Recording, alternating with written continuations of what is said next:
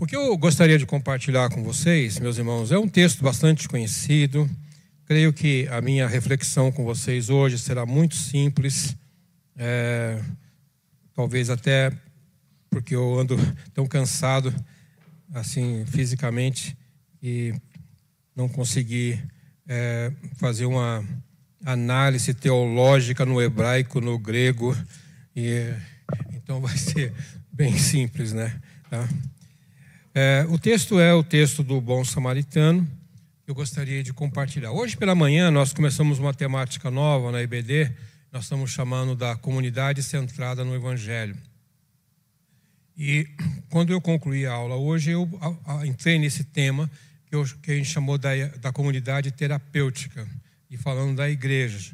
Então nós, enquanto igrejas, aqui nós temos problemas, dificuldades, conflitos muitas vezes. Mas aqui se criam os conflitos e aqui se resolvem os conflitos. Quem sai daqui sem resolver os conflitos, ele não foi sarado, não foi curado. Então, quando nós temos problemas uns com os outros, é aqui que se resolve. É aqui que a gente perdoa, é aqui que a gente se abraça, é aqui que a gente ora junto, não é? É aqui que a gente ora junto e ouve a palavra de Deus junto. Então, a igreja tem esse papel de ser terapêutica, ou seja, de dar tratamento para os seus membros. Uma das coisas que mais me aborrece, e eu fico bastante chocado, é quando eu vejo que alguém fala assim, se você não está contente, vai embora. Essa é uma das coisas que me deixa muito irado, porque Jesus pagou um preço muito grande por essa igreja. Preço de cruz. Ninguém tem autoridade de dizer assim, se você não está contente, pega seu boné, vai embora, faça sua carta de demissão. Isso é uma ofensa, na minha opinião, à igreja do Senhor. Porque é aqui que a gente vai resolver. Não vamos concordar nunca com tudo, mas a gente vai ser paciente, tolerante com isso. Então, dentro desse aspecto, a gente abordou hoje essa questão da terapia, apesar das diferenças, das opiniões, às vezes até calorosamente discutidas, né? Mas no âmbito interno. Hoje eu queria, talvez, trabalhar um pouco no âmbito externo. O papel da igreja externamente como terapêutica.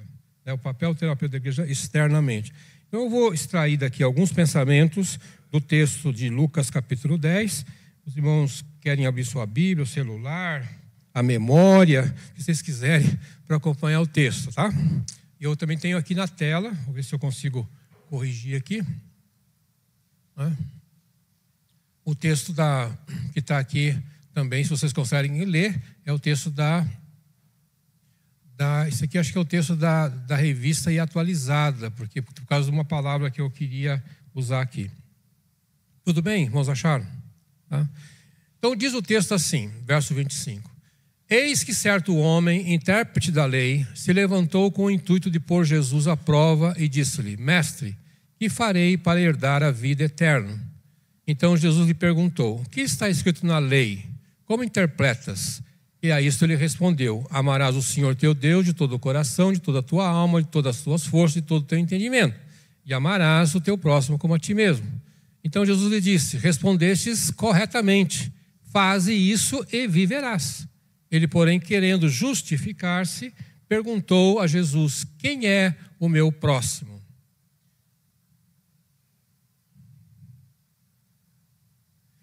Jesus prosseguiu dizendo, certo homem descia de Jerusalém para Jericó e veio a cair nas mãos de salteadores, os quais, depois de tudo lhe roubarem, lhe causarem muitos ferimentos, retiraram-se, deixando-o semi-morto. Casualmente descia um sacerdote por aquele caminho e vendo-o passou de largo. Semelhantemente, um levita descia por aquele lugar e vendo-o também passou de largo. Certo samaritano que seguia o seu caminho passou-lhe de perto e vendo-o compadeceu-se dele. E chegando, pensou-lhes os ferimentos, aplicando-lhe óleo e vinho. E colocando-o sobre o seu próprio animal, levou-o para uma hospedaria e tratou dele. No dia seguinte, tirou 2 denários e entregou ao hospedeiro, dizendo, cuida deste homem, e se alguma coisa gastares a mais, eu te indenizarei quando voltar. Qual desses 3 te parece ter sido o próximo do homem que caiu nas mãos dos salteadores? Respondeu-lhe o intérprete da lei, o que usou de misericórdia para com ele. Então lhe disse Jesus, vai e procede tu de igual modo. Essa história é fantástica. Essa história é uma pérola da literatura bíblica. Para mim, esse texto, e junto com o texto do filho pródigo, são assim coisas únicas. Podiam ganhar um prêmio Nobel de literatura só por causa dessas duas histórias, né? Mas o que nós podemos então pensar na base desse texto, né? Então nós temos um cenário aqui, né? Vamos pensar nesse cenário. Nós temos ali um homem descendo de Jerusalém para Jericó. Não é uma distância muito perto, né? Provavelmente a gente vai gastar de carro hoje alguma coisa entre 1 hora e meia para chegar na velha Jericó, até uma certa distância. Jerusalém fica mais no alto mesmo, então ele vai a ideia de descer até a Jericó. E ali era um caminho perigoso e que ele foi assaltado e não só roubado, mas também apanhou bastante. E o cenário é de que passa ali um sacerdote e um escriba. Duas pessoas fazendo parte, ou os mais ilustres representantes do clero da época, da igreja da época, né? Então, por alguma razão, Jesus colocou os dois que simbolizavam aquela religiosidade. O sacerdote é aquele que fazia a sua oferta a Deus em nome dos outros. Ele tinha até uma vestimenta diferente, porque ele tinha que parecer, então, com uma estola sacerdotal, uma espécie de uma camisola, no peito tinha outros símbolos. E o escriba era um servidor, aquele que cuidava dos utensílios no templo, aquele que cuidava da manutenção do templo. Tá? E, em dado momento, ele também talvez se confundisse ali como intérprete da lei. E nós temos aí o que está perguntando, que a Bíblia chama de intérprete da lei em algumas versões. Nas outras versões diz escriba. Era um doutor, ele era um especialista em religião. Não é? E ele vai conversar com Jesus. Então nós temos ali um doutor da lei, um sacerdote, um escriba e Jesus, um mestre. É papo de gente grande, fala a verdade. Não é? Não tinha Marcos Domingos, professor da IBD lá, não. Né? Não tinha. Ali só tinha, era briga de cachorro grande, né? Tá? E podia pensar que esses homens estudavam muito a lei judaica. Né? Jesus conhecia bem, os outros também. Tá? Então nós temos ali uma discussão de alto nível que está se perguntando. Mas interessante, meus irmãos, ali nesse cenário, não é? É que Jesus não se abalou muito com aquela pergunta. Às vezes, de vez em quando, por exemplo, você pode encontrar uma pessoa que fala, eu sou doutor em ciências da religião e tal. Você fica um pouco meio inibido, né? Se eu estiver aqui na nossa IBD um dia, entra um desses aí, eu já vou medir minhas palavras, né? Não é? E aí a gente vai usar aquele velho jargão, né, Marlov? Olha, temos aqui um mestre aqui da Bíblia. Se o irmão quiser complementar alguma coisa, fique à vontade, viu? Quase que a gente fala assim, você pode dar aula no meu lugar também, né? Mais ou menos quase que passa a bola para aquilo, porque a gente se sente um pouco diminuído. Tá? Jesus seguiu o seu caminho e respondeu à pergunta. Veja que diz assim, mestre, olha aí você vê o respeito do intérprete da lei. Né? Chama Jesus de mestre. Né? Que farei para herdar a vida eterna? O texto fala que ele é uma provocação. E pode até ser que ele, por ser um intérprete da lei, ouviu falar de Jesus. O texto de Lucas vai relatando muitas coisas. Antes fala da missão dos 70, das coisas. Não dá para pensar que foi logo depois que os 70 voltaram, animados, entusiasmados, porque tinham feito grandes coisas, que apareceu essa pessoa. Pode ser que não. Eu não acho que a ordem cronológica aqui não é segura. Mas ele ouviu falar de Jesus. Ele ouviu que Jesus tinha seguidores. Ele ouviu dizer que Jesus ensinava. E Jesus era tratado como mestre. E lá foi ele provocar Jesus. Será que ele sabe mesmo? Né? Porque, afinal de contas, eu estudei em Oxford. Eu estudei Sorbonne. Eu estudei na USP. E você? Onde você estudou? né? Então tinha uma certa vaidade. Mas depois que eu refleti sobre o texto, eu acho que não dá para cravar isso também, porque ele provavelmente estava inquieto com a própria palavra. E ele foi buscar uma resposta para lá. Então vamos dar um crédito para ele. Não era só um provocador. Não estava só testando Jesus ou querendo colocar Jesus numa situação de saia justa. E ele pergunta: como herdar a vida eterna? Essa pergunta ele quer a resposta para isso, né? Jesus dá, então, duas respostas, na verdade, para ele. Tá? Ele diz assim, ele fala: o que está escrito na lei? Então, se ele era intérprete da lei, Jesus devolve a pergunta para ele: você sabe o que está escrito na lei? Né? Por que você está me perguntando? O que está escrito lá? Você já leu isso, estudou, né? E a dedicação dos rabinos lá, ela é incrível, meus irmãos. Ela é incrível. Eles estudam muito mais a lei judaica do que nós estudamos a Bíblia.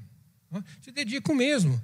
Quando você vai a Jerusalém, você vai encontrar aqueles ortodoxos ali, dia e noite, eles lendo o texto e até com movimentos, com o corpo, assim, numa dedicação incrível para entender a lei. Eu acho que nós não fazemos nem 1% do estudo que eles fazem para entender aquilo. Então, ele dá a resposta para Jesus. Eu falei: como é que você interpreta isso? Não é? Aí ele diz: olha, aí Jesus fala para ele: você respondeu bem, amarás teu Deus como você muito lá e amarás teu próximo. Então, o próprio questionador, ele tinha a resposta resumida em 2 mandamentos apenas. E ele sabia dos outros 611 mandamentos que a lei judaica tinha. Ao todo, alguém conta em 613.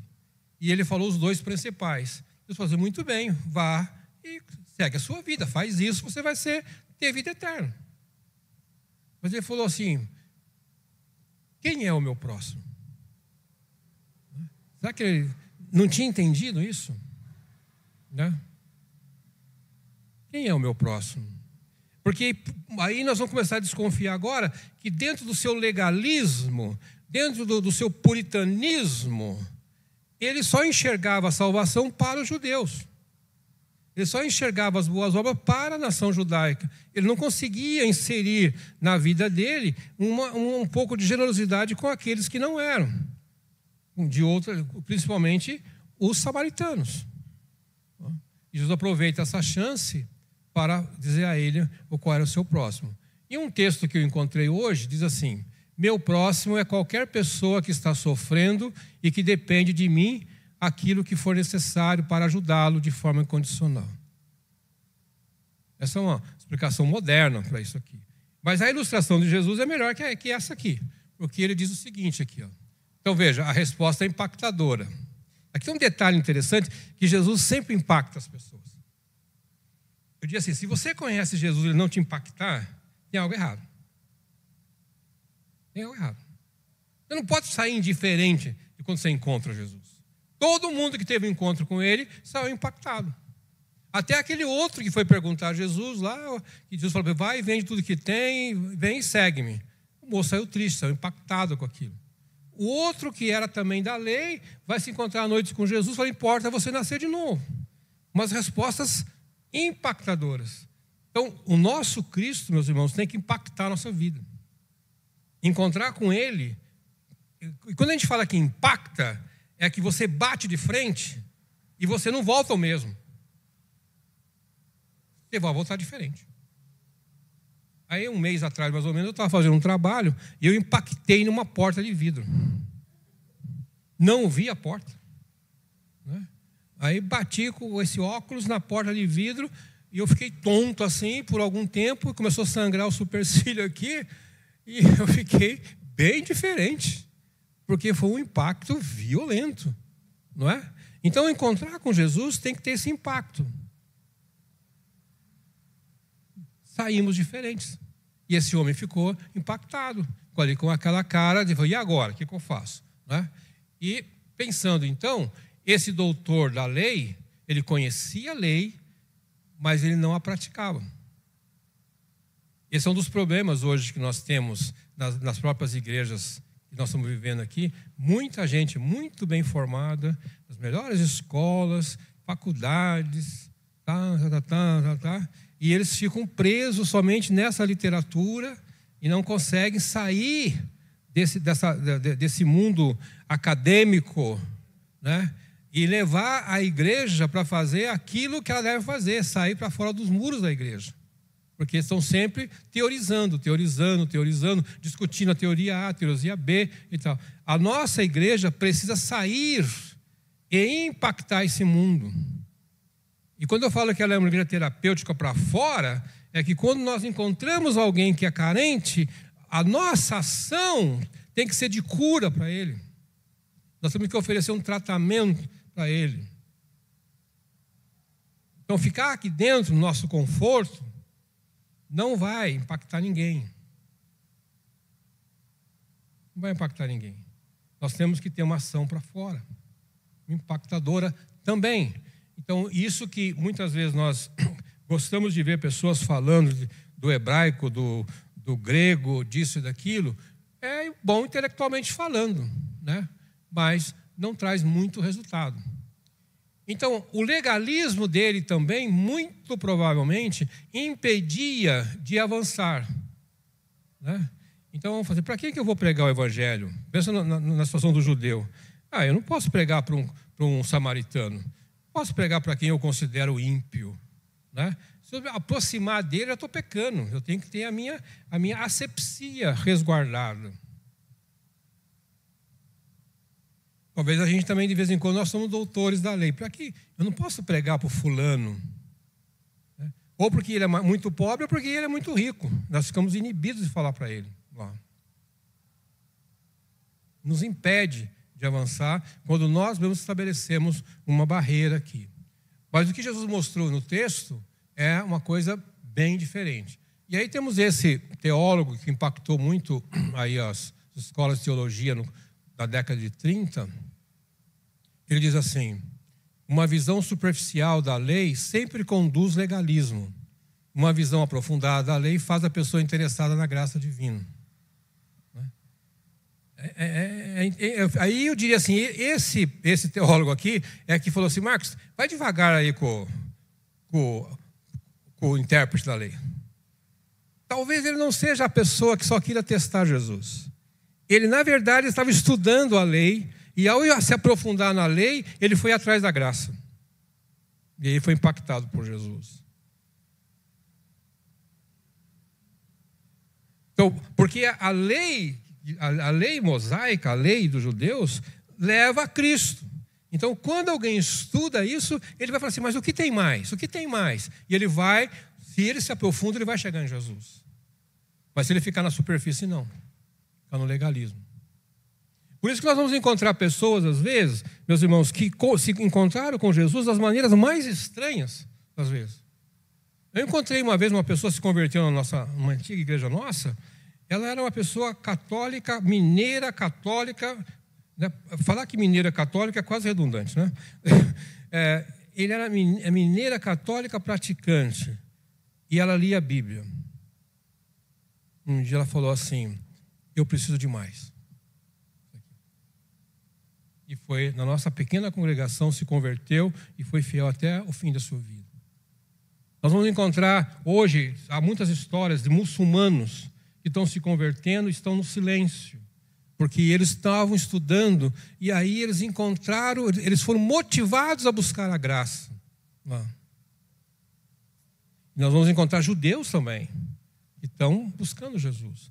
Talvez a gente não saiba, não conseguimos enxergar esse povo, é uma igreja invisível, subterrânea, mas quando a pessoa se dedica a estudar a Bíblia, mesmo que sejam textos pequenos, Deus vai falar com ele e ele vai ser impactado por Jesus. Então, por isso que eu diria que eu dou um bom desconto para o nosso visitante que foi falar com Jesus, né?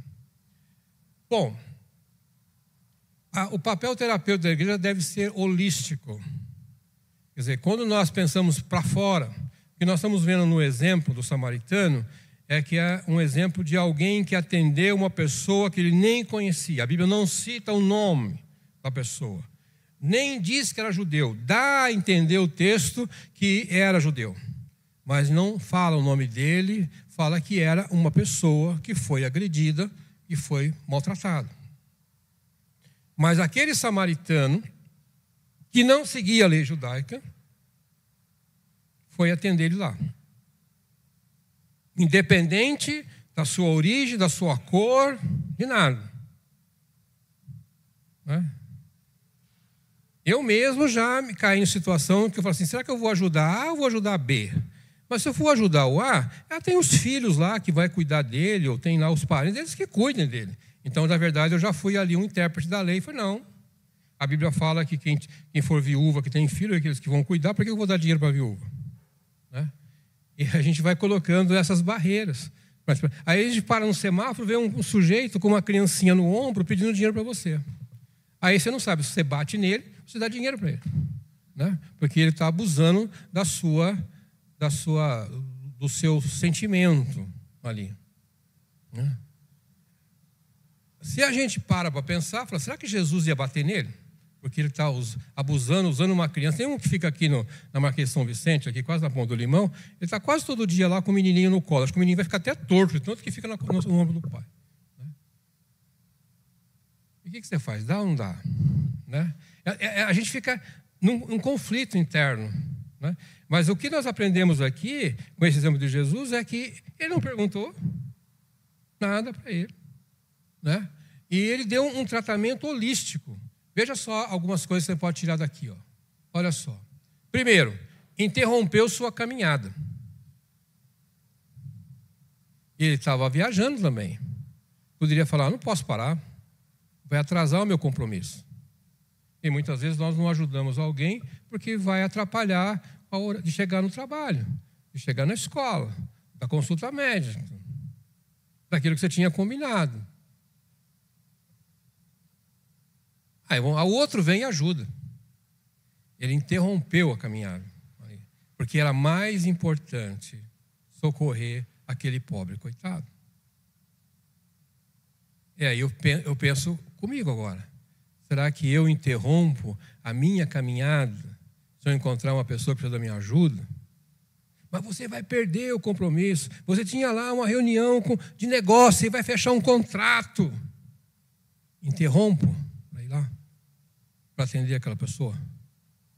Ele interrompeu. Outra coisa que ele fez, ele teve compaixão do ferido. Então, quando nós temos compaixão das pessoas, é o nosso coração que está falando, não é o nosso raciocínio mais, não é a nossa lógica mais está falando. Né? Teve compaixão dele. A igreja precisa ser compassiva, né, com isso. Aplicou os primeiros socorros nele.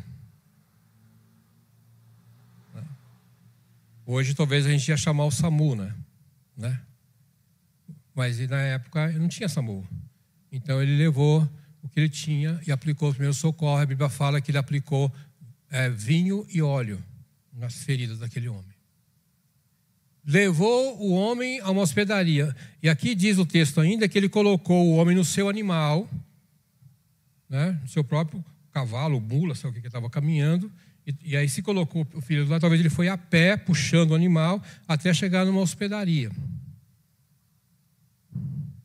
Às vezes nós ficamos pensando assim, se eu encontrar uma pessoa atropelada na rua sangrando, eu ponho no meu carro?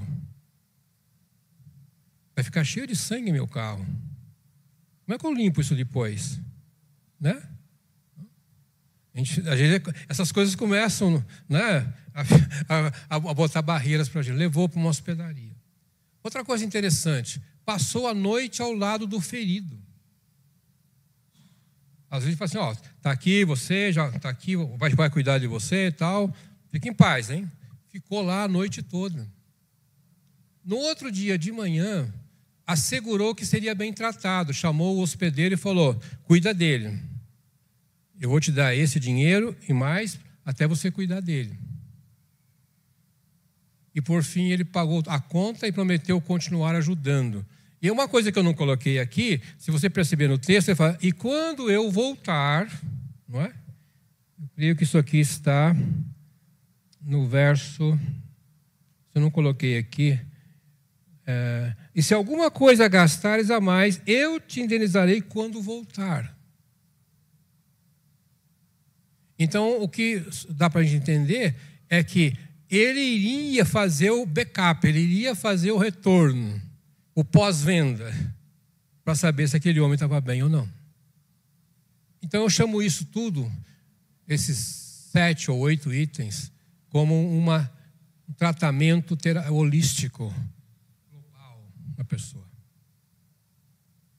E aí eu entendo que a igreja, quando ela vai ajudar alguém, ela não pode só levar uma cesta básica, ela não pode só dar o dinheiro para o ônibus, ela não pode só pegar uma roupa no bazar e dar para aquela pessoa.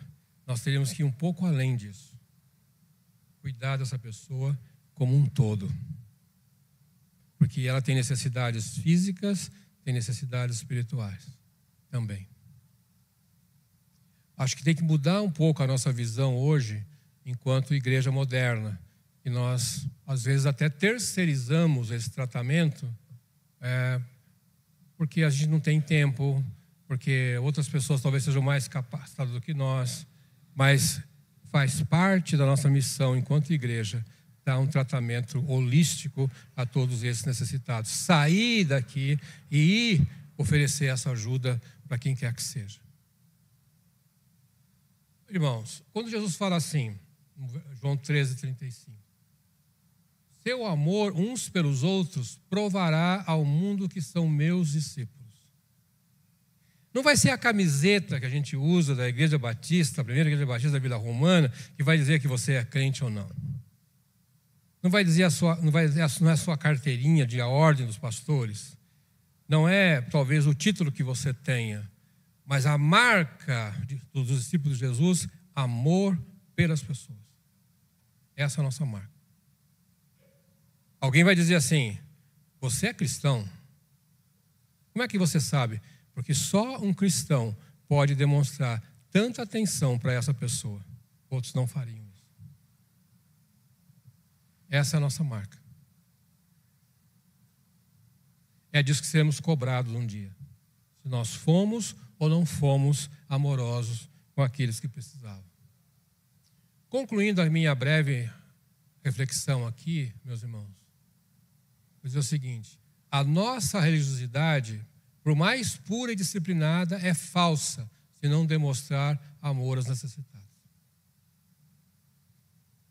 O que nós temos no texto são autoridades eclesiásticas. E 2, de pronto, bem assim, colocado numa linha de indiferença com relação ao necessitado. Poderiam ter os títulos que fossem, mas na prática eram zero à esquerda. Então não é a nossa religiosidade, não é a nossa vinda regularmente aos cultos aqui na igreja e até o nosso serviço que nós prestamos aqui é que vai nos aproximar ou vai ser valorizado por Jesus. Mas eu tenho que fazer tudo isso que eu faço e mais demonstrar cuidado por aqueles que precisam de mim.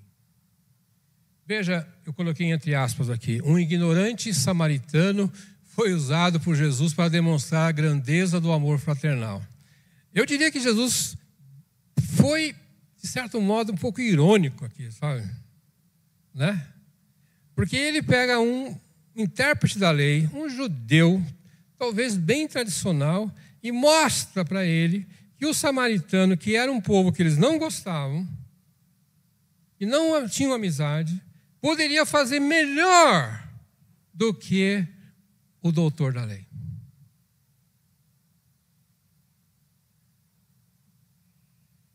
Usou isso como exemplo e ficou na história isso, né? Quantas organizações hoje são chamadas de bom samaritano, não é? Hospitais chamados de samaritano. A gente, aliás, eu e a Lourdes adoramos o samaritano aqui de Genópolis, né? Então, por causa dessa história, ficou para sempre marcado. Um samaritano ignorante, que talvez não conhecesse nada, mas ele tinha uma prática amorosa. Os religiosos de plantão ignoraram a prática da lei, como já dissemos. Óleo e vinho. Aqui eu poderia talvez abusar um pouquinho, forçar um pouco o texto, E eu não queria fazer isso, né? Porque o óleo e o vinho tem um simbolismo muito forte na Bíblia. Parece que a tradição da época era que eles podiam, um enfermo, ele era ungido com óleo e vinho, desde que não fosse no sábado, né? Então havia uma prática judaica de ungir aquele doente com óleo e vinho. Não é à toa que Tiago fala, se há alguém entre vós doente, chame os presbíteros e faça a unção nele. Aí em seguida Tiago fala assim: e a oração da fé curará o enfermo. Ele não fala que o óleo vai curar o enfermo, que às vezes quando as pessoas querem transformar símbolos religiosos em heresia, em certos amuletos, o óleo não, o óleo era um símbolo. Quem cura é Jesus, através da nossa fé. Mas são símbolos fortes. E se você parar para pensar, na época eles usavam muito isso porque o vinho tem álcool e o vinho é asséptico, né? Então era para limpar, ali para não ter infecção naquilo. E também uma espécie de analgésico. E o óleo que eles usavam, um azeite, tinha propriedades medicinais também para ser como cicatrizante. Então eles usavam muito isso, né? Um dia, a Lúcia foi primeiro do que eu para Israel, e aí quando ela foi, eu falei para ela assim: eu queria que você trouxesse duas coisas para mim lá. Eu queria que você trouxesse uma garrafa de vinho e uma garrafa de azeite. O vinho ela trouxe, espetacular. Quando a gente foi outra vez, a gente não encontrei daquele vinho. E trouxe um azeite que ela comprou lá em Jerusalém, não sei que mercado que era aquilo. Irmãos, o azeite horroroso. Sabe aquele óleo de soja assim que você não põe nem na salada, né? Não é o azeite refinado que a gente usa hoje. Se você comprar um azeite português, um azeite italiano, com 0,4% de acidez, nada, era um azeite bruto.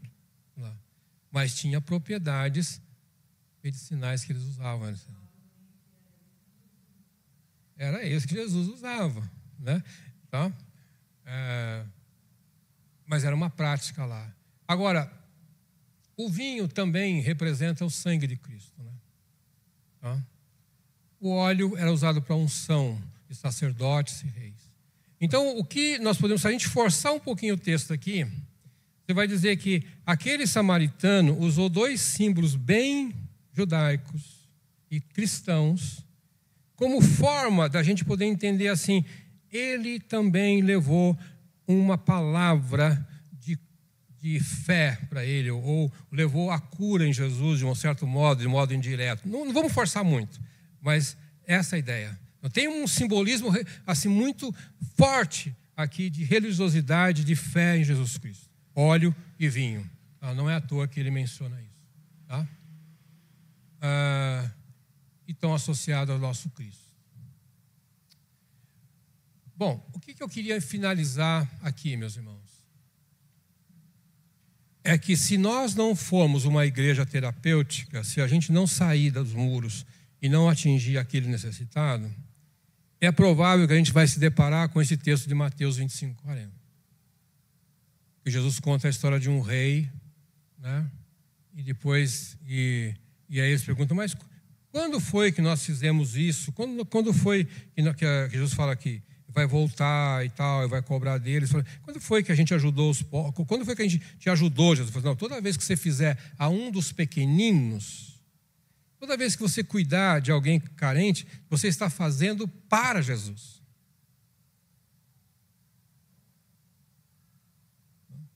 Para Jesus.